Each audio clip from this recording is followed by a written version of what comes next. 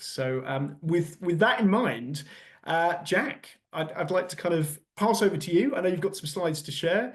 I'm really interested to hear about the work that you're doing in this space as well.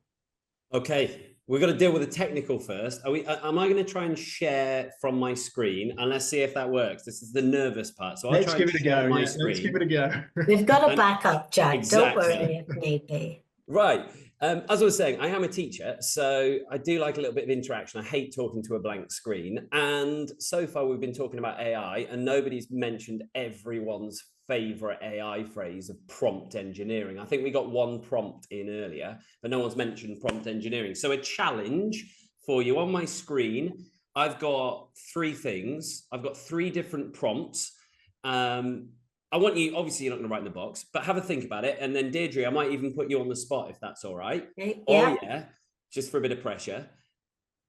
Put them in order and why, but I'll read it out because some people might just be listening. So someone types into, we're talking ChatGPT. You type into ChatGPT, summarize this article. Maybe you're uploading a PDF. Have a think about that. Is that good and why, or is it bad? Then you've got the alternative option, summarize this article about recycling for a 6th grade class. Is that better? And why? Should you be doing the second one? And then the third one, summarize the main ideas from this article about recycling. Focus on what middle school students should understand, include 3 facts, and keep the tone engaging and clear for a 6th grade science class. Score there out of 10 and why? Deirdre, I'm putting you on the spot. That's okay. I go for the third one. I would say 10 if I was a teacher. I'm pushed for time. I think it would give me very concrete, specific. I'm being very clear about who my target audience is. The middle school students should understand. I might tweak it a little bit more actually and say what age range. Okay. But I think if it were me, I would be going for the third one first because of it being more explicit. If I was really busy, I'd probably go for 1, just summarize the article. It depends on how I want. We're going for perfection, though. We're going for perfection. We've got to have perfect. I'm sticking with 10. You're going with a third one. And why? And maybe in the chat, people can put in their options. Yeah. I'm saying nothing. I'm saying nothing. I'm going to come back. Maddie says she likes 2 because she wants to see where ChatGPT goes with it. I haven't got the comments on my screen, so someone says okay. 2. Wonderful. Yeah. Right. Michelle agrees with me. The third one is best, specific, and it helps it be more personal. Dan says the same. So yeah, we're erring on the 3s and a 2.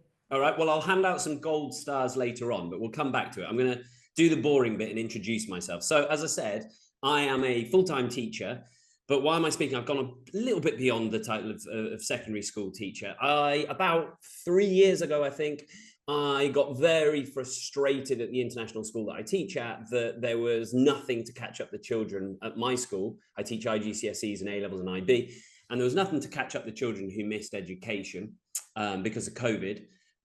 So I set up a peer tutoring website called ECM Tutors, the idea being that there was some catch-up system. Over that time since running it, there's a website there. I was getting volunteers. It's all totally free. I just wanted to help out. I wanted something originally for the children at my school. It then expanded and went international and nearly killed me in the process of lots of work. But during that time, AI exploded onto the scene and it's changed. But we'll come back to that in a moment. As I have run through that, the list of things I'm doing is very boring, but ridiculously long, and that's just the screen. So I work with UNESCO. I was in a conference with them at school today, various different things. I write for the TES, and at the moment I've got 2 YouTube channels, which I don't know what I'm doing, and it's my question of why, but I've got an AI channel, because in half an hour of talking, you won't hear all the waffle I've got to say. So if anyone wants, there'll be more in there where you can attack me. And then I also run a business channel because my main subject is geography, humanities, and business. And I run a business channel to help out children who've got their GCSE on Friday, and that's currently popular. So the question on all of that, I'll come back. Why? How am I possibly going through those? But into what I'm aiming for from this. As I say, lots of webinars where you kind of sit at the screen, or someone makes you, if you're like the teacher at my school, you put it on in the background and you go, come on, let's get on with things. So in order to try and prevent that, I'm not going to try and do too much in 40 minutes. I'm just going to be controversial, because at the very least, you'll be annoyed with me rather than bored with me. So look out for the controversial things I say. Feel free to attack me. Feel free to go away afterwards and be angry and all those things. But I'm trying to give some thinking points, because I think that's where AI needs to be. So first, controversial thing. And feel free to interrupt, Deirdre, if I'm not making any sense. If you can't hear me, please do talk to me or anything like that, or if I'm droning on or running out of time, because I didn't check when I'm meant to finish by. So let me know. But my first controversial thing, I hate and have hated for what, 2.5 years, I think, when it first came out. And it's still happening at my school. Lovely teachers, but all the time they come up, I am in the staff room, I caught such and such using ChatGPT. And I've hated that phrase since that. I caught Tony, I caught Vicky, oh, I'm giving them a detention. I caught them using ChatGPT. That is my pet hate, and always has been. Now, why is it my pet hate? I think currently it's updated since I first, but I'm going to talk through why I originally hated it. But currently it's the wrong approach. You should, controversial thing number one, you should be teaching the children about AI. And a video on their YouTube channel if you want to see it, but essentially the world is embracing it. Donald Trump, America's just put an order that it has to be taught in schools. UNESCO, that I work with, is bringing it into the UNESCO education policy that teachers need to know how to teach it. Who else we got? We've got China, who's bringing it even in the primary schools. We've got various other countries at various stages, but essentially it's coming to everyone. The Arab Emirates have just said it's essential. If you're not teaching your children, you're leaving them behind, because we're preparing them for their future, not the current thing. So that's my modern answer to, yes, you should be teaching them. But that wasn't my original frustration. My original frustration, when the teachers say the children are using ChatGPT, well, my question is how? How? It's not, are they using ChatGPT? How are they using ChatGPT? It's a ridiculous thing. When you were talking about the benefits of it, yeah, it's really difficult. And I see all of those research papers, and I have to say, I don't really like many of them. There's another controversial. Most of them are out of date because they're done on old versions, and the pace of any research paper is so far behind. Yeah, I read those things. They did it with ChatGPT 3.5. That has nothing to do with what we're currently seeing. By the time it gets published in a research paper, it's completely out of date. So I'm wary. Controversial thing number one, I'm wary of any research papers giving data. It's not what the children are using in the classroom, and it's not keeping pace. But I deviated off into being angry. But the reason I say how is because I think the conversation, and I said it 2 years ago, which originally raised my profile, is, are they using it to increase their efficiency, or are they using it to make them more effective? That is a key question that I don't think just children are getting wrong. I think everyone is getting wrong. Controversial and big boastful of me, but I really do feel that it has dual purpose, and both are important. Sometimes efficiency, being a business studies teacher, efficiency is getting more output with less input in a shorter period of time. So that would be, you want to use it with your lesson plans, you want to mark books or something like that, then yes, it has its place. Businesses are fascinated by that. Businesses want that. They want efficiency. They want to get more profit in a shorter period of time. So businesses are obsessed with efficiency. But as an educator, I'm not interested in efficiency per se, particularly a humanities teacher. I'm interested in using it to make me more effective. And the British government is a bit like, you can use it, and they're pro, you should be using it, teachers, you can help with your lesson plans, you can make you more efficient. And I just get so frustrated. I say, that's lovely. But actually, you know what? It doesn't save me time. It doesn't make me more efficient. I use it so much. I take on more of these job roles and speaking engagements because I can, because it's helped me with efficiency. But then I've become far more of a perfectionist. When I write things now, I'll go back and forth. It hasn't saved me time. But what I would say it has done is it's made me better at things. It's made me more effective. So I say, well, that's what you should be asking about the children. Has the child used ChatGPT? They've used it. I saw them. They had it open all the time. Have they used it to save time on their homework because they wanted to do an hour's homework in 2 minutes? Well, you might have an objection to that. Fair enough. Although it is a skill businesses want them to do, in the future, they won't want children who take an hour to write a one-line email for the life they go. But as a teacher, no, I don't want that. I don't want them using it for efficiency. But if you're telling me they've used AI, ChatGPT, to understand the lesson that I've taught better, well, why am I objecting to that? What's my problem with that? That seems bizarre. So I think that's the first thing that people should be saying, and you should be thinking about your AI use splitter. Are you looking to AI to make you more efficient or to make you better? They're different things. Okay, from there, I'm going to continue with those two words. I'm a bit obsessed with efficiency and efficacy, and I'm now going to talk about learning specifically. Do we need it in the learning environment? Do we need ChatGPT to make our learning more efficient or more effective? So again, I'm going to throw a screen up. I'm going to pass it, Deirdre, if I can call you back in again. Sorry, I'm using, interactive. I'm trying to get someone, you can have a read. Yeah. So here we go. I'll read it out. And what do you think? And you don't have to answer straight away. I'll give you some thinking time. So let's pretend that you have to learn something incredibly complicated that you have no understanding of, be it, for me, quantum mechanics. I don't know what that is. But let's say I have to learn quantum mechanics and I need to, on pain of death, need to understand this stuff. And I've got these various options that I can use to learn it, me as an adult. I can either be in a lecture with 300 people led by an expert professor. I can Google it. I can get a well-known and respected textbook covering the subject matter. I can YouTube it. And watch a YouTube. Or I can have a one-to-one lesson with an expert, very good tutor, and we'll take the nerves out of it, that you're not shy to ask them. Have a little think, put them in order, the rest think as well. Where are you at? Which would you use to learn? Maybe we can get in the chat. People Perfect. Can also, if you do 1, 2, 3, 4, 5, 5 options there. Yeah, colleagues, and please do use the chat as well. Well, I'm looking at this, you see, just very quickly, Deirdre, just while you're answering that. So if you are sharing this in the chat, please could you just, when you see the little chat box, you've got the little blue bar and you've got options. Could you make sure you click everyone so that you're sharing it in the chat so everybody can see? Because some of us are just going directly to hosts and panelists. So just a really quick thing, just so that we can make sure we're seeing all the great stuff that's coming through. Oh, thanks, Chris. I think I might have been guilty of that. No. Okay, Jack, I'm going to say that I am a woman of a certain age, and therefore my kind of education, I'm someone in their 60s, okay, age 60 plus, I have to say.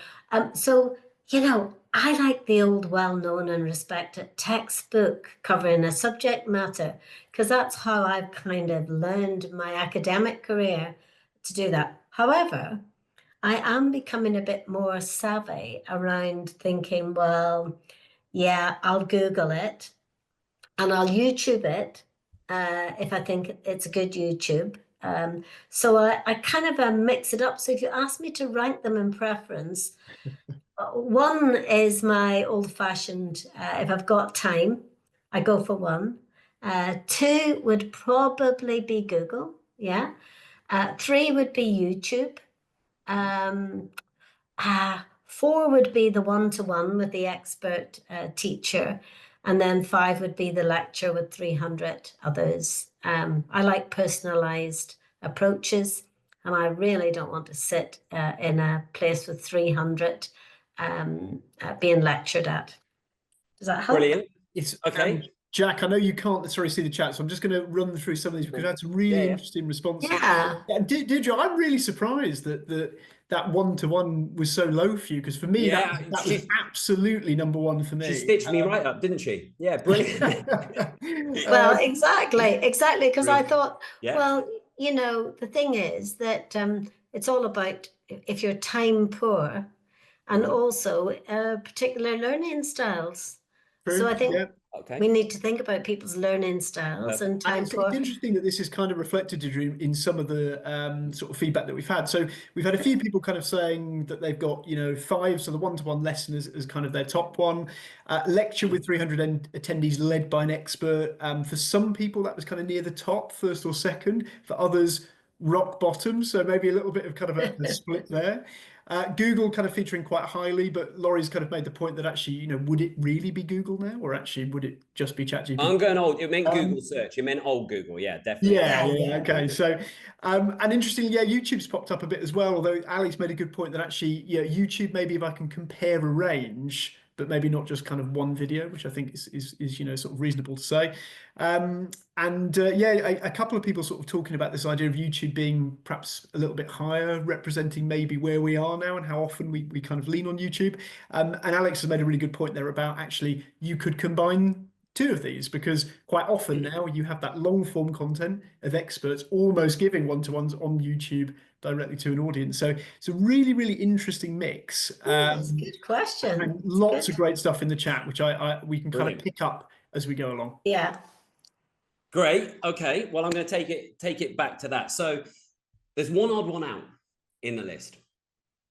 Any the odd one out? Deirdre, the odd one out? It could be any of them. I know. I'm used to being a child. I don't know. Would it be the lecture? Would that be the odd one out? No. There we go. It's the one-to-one lesson that was the one that we were going. The one-to-one lesson, and I'm going to come back to why from, again, a business perspective. And you can probably see on my screen down at the bottom there.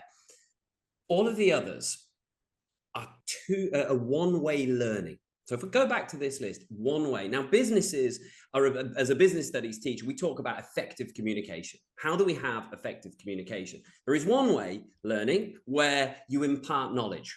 You tell a story and you have a receiver. Efficient learning is one way. You mentioned time. Yeah, efficient. It's efficient to have imparting information, but it's not effective. Effective learning, effective communication isn't quicker, but it's two-way. That is where we have a sender and a receiver. We have a message being sent, and then the receiver could be visual, looks puzzled, says, I don't understand that, gives feedback, and then adapted and rolled round. Now we've got, why am I mentioning all this? We've got an education system in the world. I'm going controversial again, big, deep, philosophical. We've got an education system set up on efficiency, not on effective. That's the problem in the world. Now, if we like research papers, coming back to it, if we like research paper, the answer is very clear of which one you should be going. Bloom, I think 1986, did a research, Bloom, who did Bloom's taxonomy, if any teachers out there will have heard of that one. You maybe haven't heard of the 2 sigma problem. And this is going back to what originally set me up. Bloom did some research and he said, it's a 2 sigma benefit of having two-way communication, of having feedback. That you take very weak children and make them average. You take average children and make them brilliant, independent of learning styles, because remember, with a one-to-one good tutor, you fit to the learning style. You respond, you get the feedback. Oh, well, I like it as a picture. All right, here's a picture. I like it with words. All right, here's words. So the learning styles are kind of taken out of that. So Bloom did this research and he said it's the 2 sigma problem. It's called a problem because it can't happen in the world. We can't have one-to-one, two-way communication with all of the children on the planet. We've got an education system set up for efficiency. And I think it's incredibly unfair. Am I going to change? But I think it's incredibly unfair. And if we look at this slide here, effective learning is for the privileged few. The more money you get, the more access you have as child or adult to effective learning. So the top left is the screen. As I mentioned, I've moved on from just being locally to my school. I work with schools in Malawi, and that is a school in Malawi where they have 250 children per class. That's not two-way learning. That's one way. That's a teacher talking. They get it or they don't. The end. We then go to this image, which I just picked from the internet, a private school. Private schools, classes go down. We get smaller class size. We go up to A level. Well, the smaller the class size, the more opportunity there is for two-way learning. But even at this private school, well, that's not full-on one-to-one learning. So we have a massive tutor industry that tops this up. And IB, my personal nemesis a lot of the time. But if you want one-to-one in the IB, it's very, very advantageous, but it's probably very small. But if you can see there, you with lovely Lanterna Education, I hope no one's on here from that, but from that tutoring company, why originally, you can get 15 hours of one-to-one tutoring for the bargain price of €1,313. It was those prices that got me to set up a peer tutoring company for free, because that to me was outrageous. that the children who missed education were forced to pay 1,300. But as I said, it continues into real life that we have consultancy fees. If you're talking about, because I know it's not all education here, but you know what, you want a consultancy fee. How much are they? What you're getting with a consultancy fee is one-to-one, I imagine, that you're getting a feedback into those. University lectures, well, one-way learning. As we go up into light, as adults, if we're of a certain age, we accept, I don't have one-to-one. How have I taught myself all of the AI things? How have I taught myself all the things I know? It's through one-way learning. It's through YouTube videos. Now, some are better than others. I'd probably maybe prefer YouTube to just reading a textbook now, but it's still one-way learning. Just going back to a number, this is an article that I wrote. I've got one coming out on this topic in the TES soon. This is one that's coming out for UNESCO that I wrote. It's just a little phrase from there. But if you're thinking, oh, you're making it all up, there isn't really a need for one-way learning. This is the numbers to it, and this is what we have. So it's 288 billion is going to be sent on private tutors by 2030. Best guess. Really difficult to know because it's black market in most countries. And what I've learned from being with UNESCO, actually, I thought this was all UK and Spain and those. No, it's not. Actually, there's a massive industry in the poorer countries of the world as well. Poor people are using a lot of their money to get ahead in education, to get private tutors. So 288. You compare that to the Sustainable Development Goal that UNESCO need, which is 97 billion. 288 billion is being spent. So we have an equity of learning issue. Going back to got a few more minutes, Jack. Sorry, yeah, I've got to speed up. Yeah, it's okay. So why am I doing all this? Because we've got this equity issue. I'm not going to wrap up with 2 minutes. AI can come in and help. AI can solve this. That's how I've moved from one-to-one tutoring to AI. I'm pausing because it's now I've got to think. 2 minutes doesn't give me a lot to go into the actual AI of this. AI can solve. I'm going to jump to it. AI can solve this if used correctly, if used for effective, not efficiency. So I'm going to go back to that prompt. I asked you, put them in order. Here's my answer. Here's my controversial. All terrible. All terrible. Now, those prompts came from OpenAI's advice. And I work with them, but they gave the K-12 mastering prompts. I hate the word prompts. I think they are all terrible. They all encourage you to get a neat little Wikipedia one-way communication style piece of information. That isn't how we learn. What you should be doing instead is chatting. We need to unlearn the way of using technology. Google, Alexa, Siri has all taught us to one-way communicate. That you ask Siri, what is it? And Siri doesn't give you an answer, you accept it. Now, if you unlearn, if you start by saying, hello, how are you? Then you're engaging your brain and being in a two-way conversation. And then you're going to get receiver and feedback because AI now can analyze. It doesn't just give an answer. What children should be using, and my children are using, is saying, this is what I understand about things.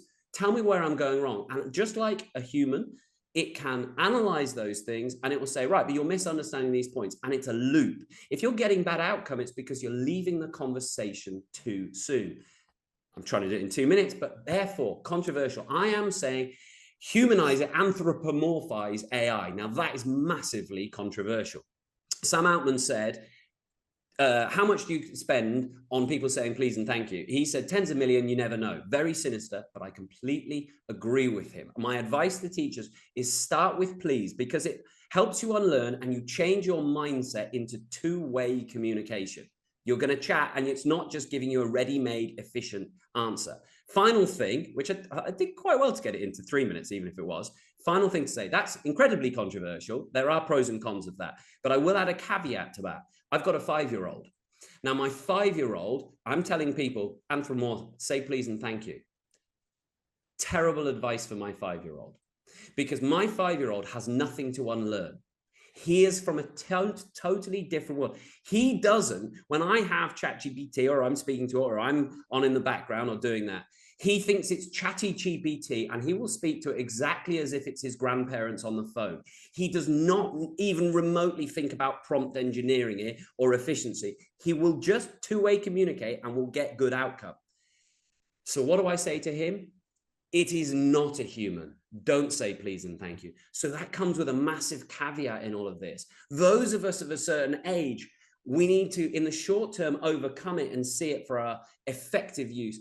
Think of it as a human in the short term, but know that it's not. But for the new generations of children coming through, they haven't got our learned problems. And therefore, we need to be very careful. And that's how all of this stuff in AI is. Everything is changing by the day. Anyone who tells you they got the answers or knows everything as if I'm coming in and saying, do this, it'll change by tomorrow or next week. So everything's with a caveat. That was over 2 minutes, but not too much. There we go. No, great, Jack. In the chat, we've got I think it's Patrick in the chat, basically saying, "Oh, can we have more of Jack? You know, you're really sparking interest here." And I think lots of I've just asked if there were any specific questions, but there's been some really interesting questions. And yeah, really interesting stuff I lots. want to pick up. And the first one, Deirdre, I just want to kind of come to, because I know we're sort of running short on time, but I think this was particularly interesting. And I'm going to come to you first, Laurie, if that's okay, because it sort of directly connects to stuff that both you and Jack have said. And Patrick sort of mentioned from this sort of neurological point of view, I think Patrick, very much Jack, aligned with your kind of view of having a dialogue with AI. That's you know, the approach that sort of he feels too is you know, the really kind of positive one. But I think there's a really good point he makes here about, you know, where's the grit in all of this? Where's the effort? You know, how do I explain to a 15-year-old that it's worth learning something when we could simply translate it directly using, well, Google Translate, which we have now, but also kind of plugging something straight into ChatGPT. And I think this is an interesting point, because obviously you hear people like Bill Gates, you hear people like Elon Musk talking about there not needing to be teachers. And a lot of this is around this kind of gamification of education, the use of AI, and this idea that everybody could just have the drive and the motivation and the will to just go ahead and get better simply by using this technology. But I think those of us who've worked with individuals, you know, different ability levels, different levels of motivation would probably agree that actually it's not necessarily going to be that simple. So, Jack, what's your sort of views on this? You and Patrick quite aligned generally, I think, in the approach to AI. What are your thoughts on this idea of maybe... Loads of thoughts. Yeah. Loads of thoughts, nice and controversial as always. Yeah, I think you're probably referring to the study that it takes the struggle out of learning. That circulated, that AI is taking the struggle out of learning. AI kills off critical thinking. Let's go for it. I think it's all rubbish. It drives me mad, I have to say. Very controversial, and as I said, take away, argue about it. But AI is like a pen, is the analogy I always use. You're looking at it from a one dimension of what we've already got. And I see some of the comments where people are saying, oh, it gets facts wrong.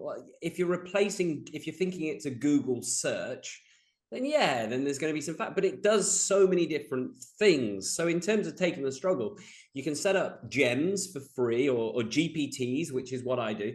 And by the way, I always say I'm not an expert. I'm going to say I am an expert at AI because I'm a teacher, not because I'm any good at computers, because that is not the skill. It's language. And there's articles I've written, 13 reasons why teachers are experts, because we have all the inherent communication. Totally like Laurie said, we're communicators and we're cynical and we chat back and forth. That is an inherent learned skill that makes you an expert.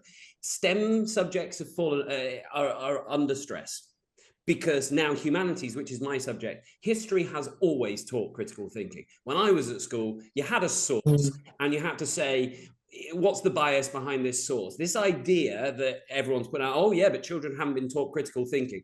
I've been teaching it my entire career and I learned it at school. We do teach critical thinking and it makes humanities more important with AI.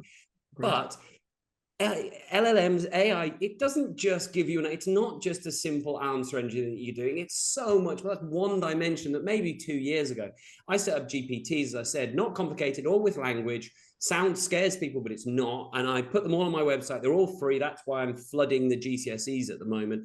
All free. Go and have a play. But they're designed to argue. So one of the best ones that I use, they write in their opinion. They can put the question in, because we have to evaluate in business studies.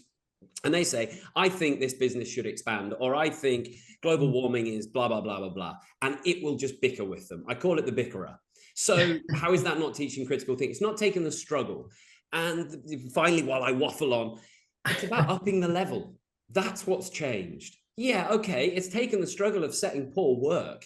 When I was 2 years ago, when I set my year 10 who've just started business studies, I asked them to create a tiny hint of a business in half a page. Now my year 10s, I expect a business plan.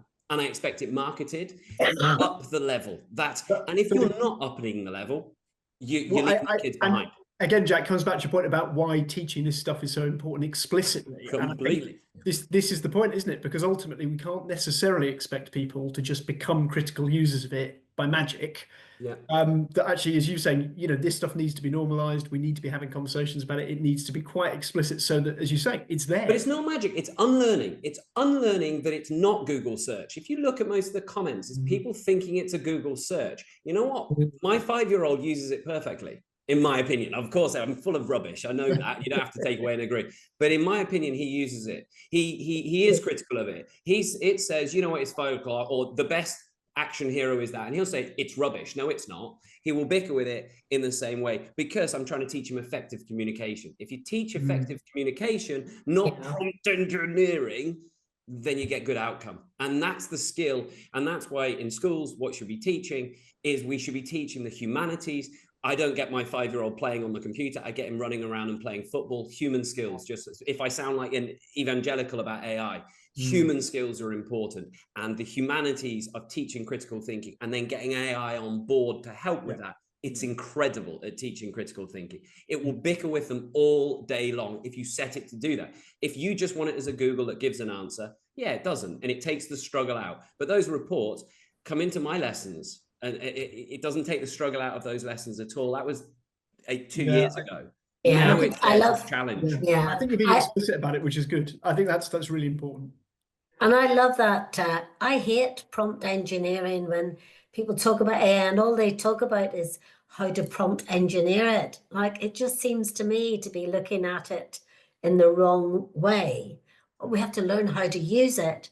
But I think people just seem to think they can prompt engineer it and it will solve all sorts of problems. Efficiency, maybe. And there's a place. Maybe, you know, like there is a place for it. I'm not, if you're looking for efficiency, but I'm not as an educator. I don't want efficiency. I want effective. I want good learning. Yeah, I get it. So it's a different thing. Yeah. Yeah, I love, as always, these things, we run out of time. And, you know, just look at the chat. The quality of the chat is fantastic.